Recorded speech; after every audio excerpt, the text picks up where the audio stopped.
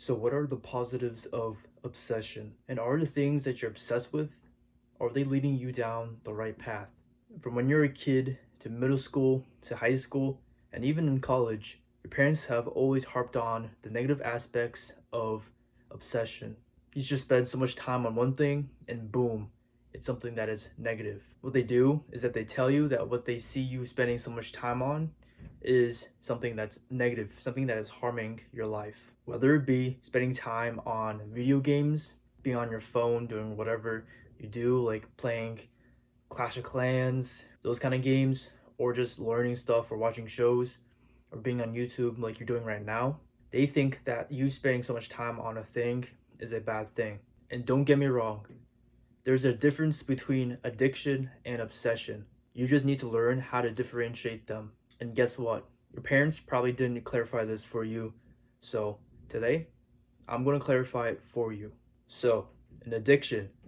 An addiction is something you spend so much time on, but in turn, it also harms you during the process. The things that you do in this addiction leads to bad habits that also in long term doesn't serve you any purpose or value. For example, you're gambling. You're basically playing with money, you're playing with risk, and of course, you get a high when you win, or you get a high when there is a high risk to it because you're like, oh, if I put money into this thing, I might get like 10x or 100x of this amount. But basically, if you don't achieve that, you're like, okay, I can do it the next time, and then the next time, the next time. And then when you get that one win, you're like, okay, I was able to do this, so then I can do it again. And this cycle just repeats. It just becomes an exhausting cycle where you just use up all your money, and that's just really bad.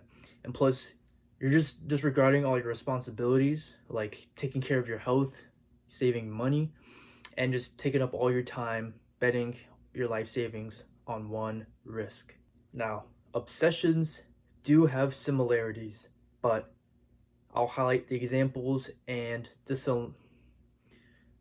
I'll highlight the differences and some examples as well. An example for obsession is you spending so much time on trying to start a new business. And the things that pertain to starting your new business is making a new website, development, finding new people, recruiting, making your slide or your pitch to other investors or people.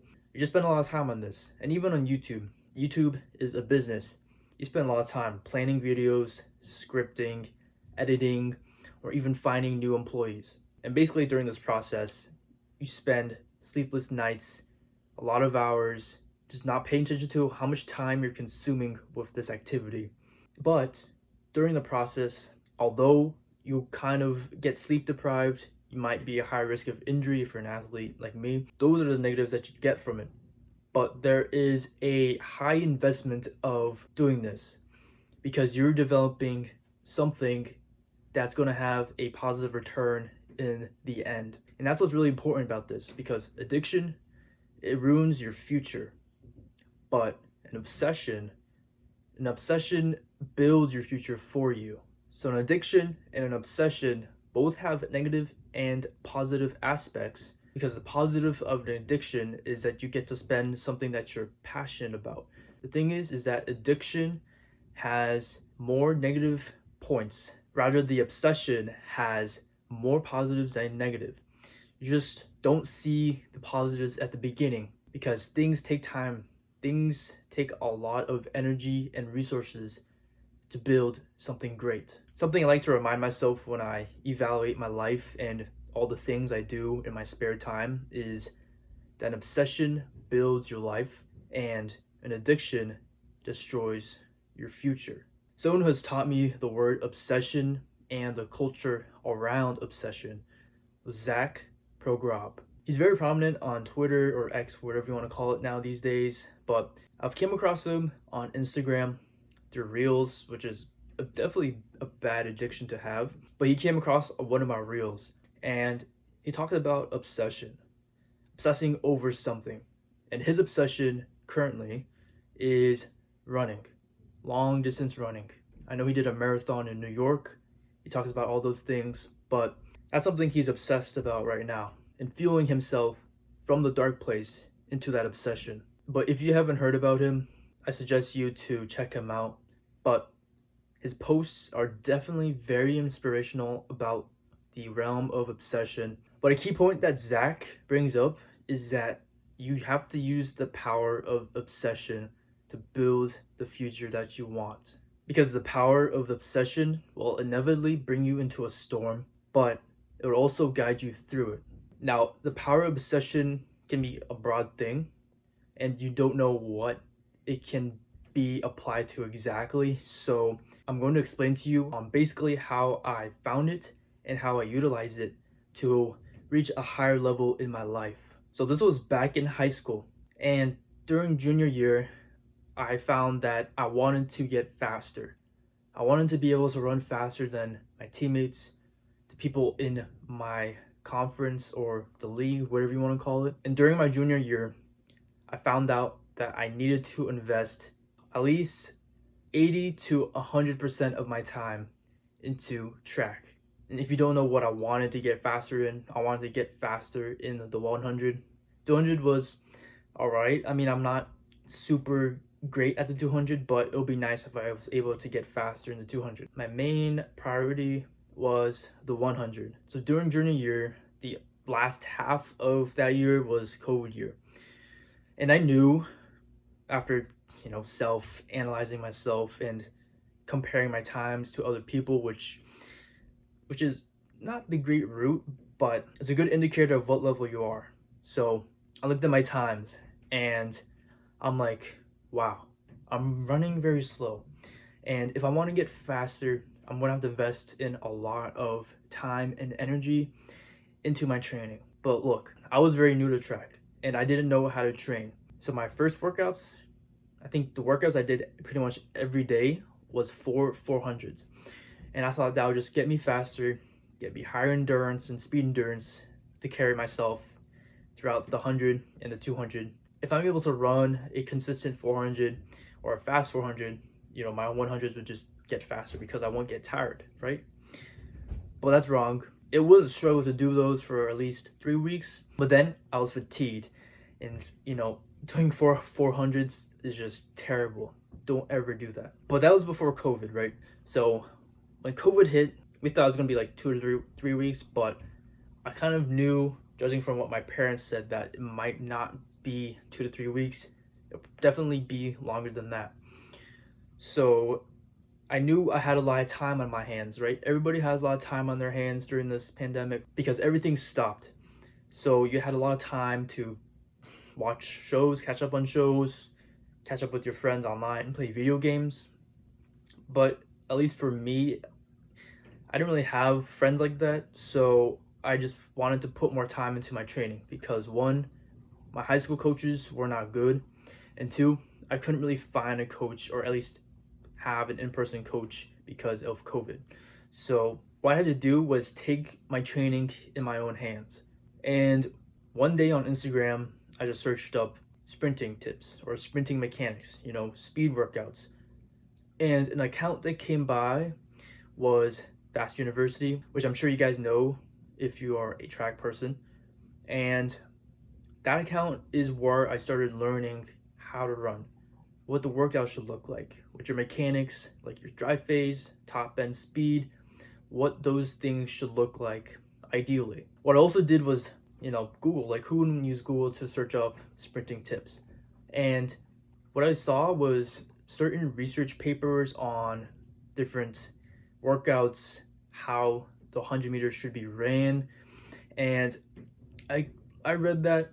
I kind of compared it to Fast University, which pretty much kind of matched. And that's when I started to learn, like, how many times I should train a week, what the warm-up should look like, what the workout should look like, how many times of speed work I should do, speed endurance or specific endurance, whatever you want to call it, how many times a week I should do that. So during COVID, during every week, which I found very relaxing, was I trained 5 to 6 times a week. I did speed training 2 to 3 times a week, which is either just speed endurance, or just max velocity training.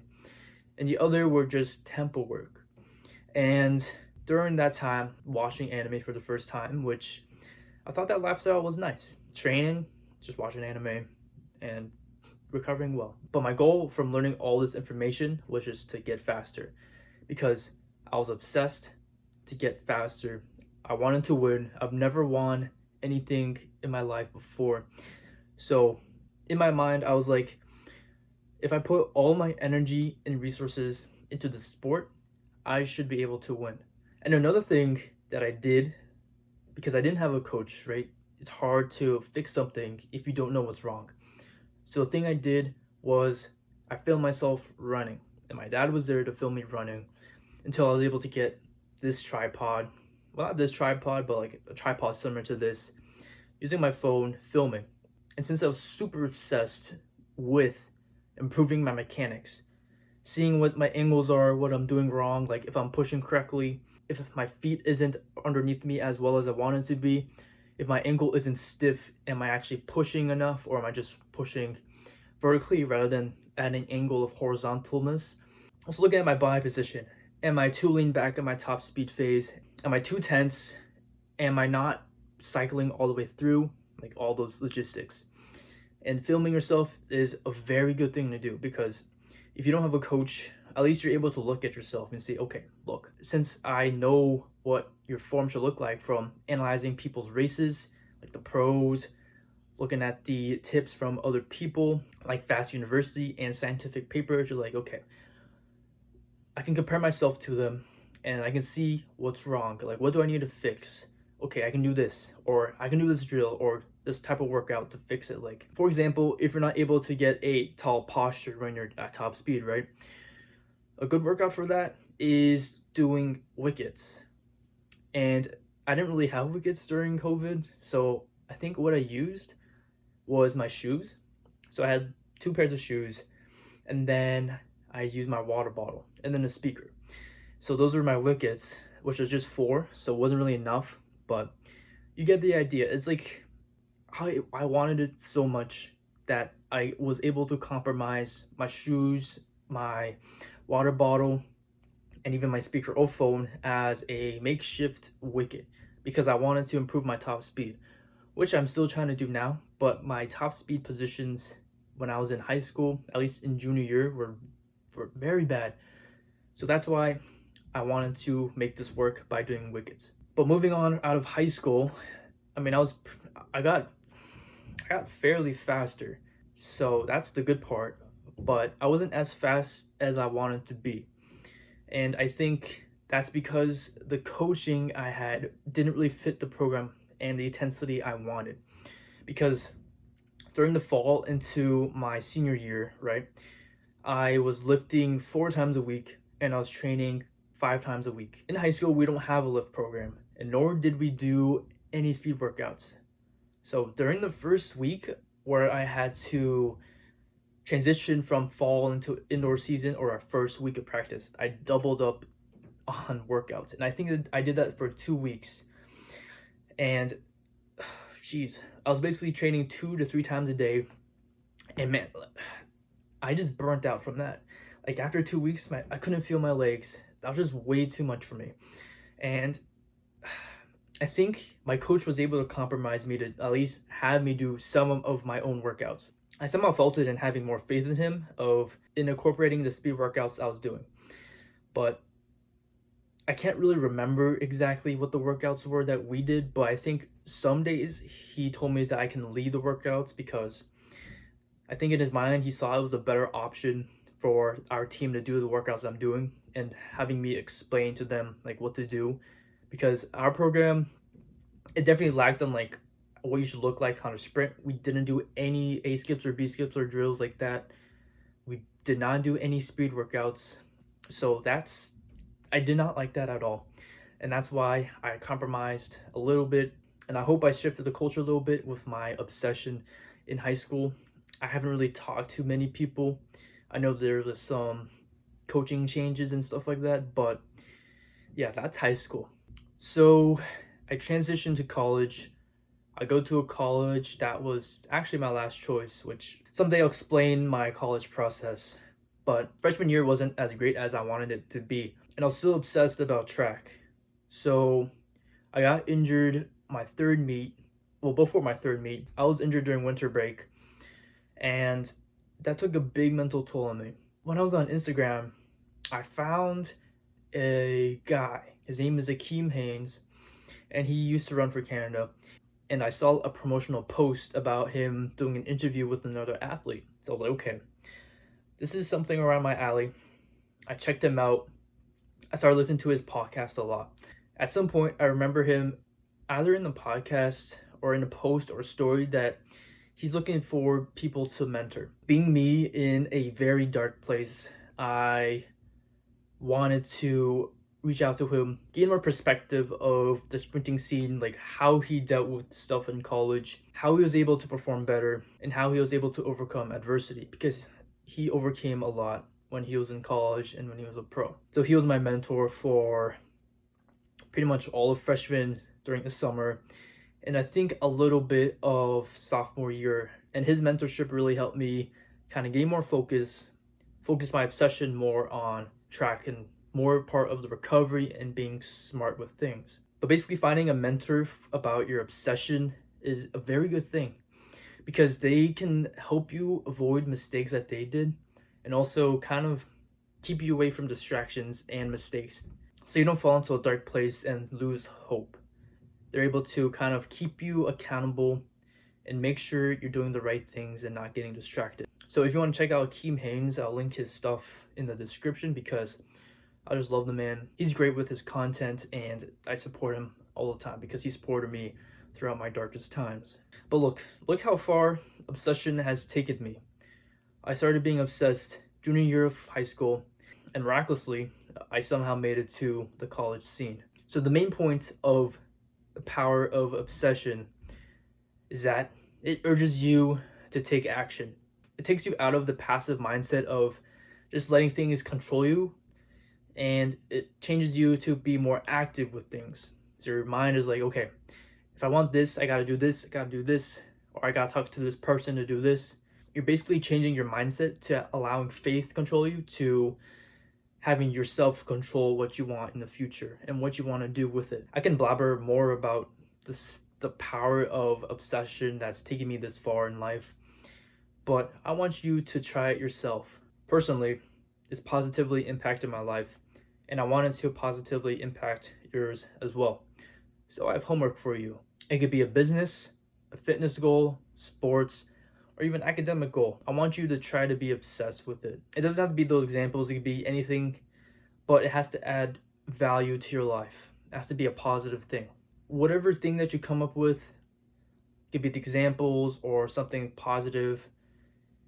I want you to practice being obsessed with it. Work on it. Don't care about how much time you spent on it. If you didn't get up after your break, or even if you had a break, just work on it. Don't care about breaks. Don't care about how much time you spent on it. Just try it out for one day. Just work on it. Indulge. And see how far it takes you. Because in the end, if you don't obsess over something, if you aren't being active with your life and the things that you want to do in your life, you will regret not putting your all into it.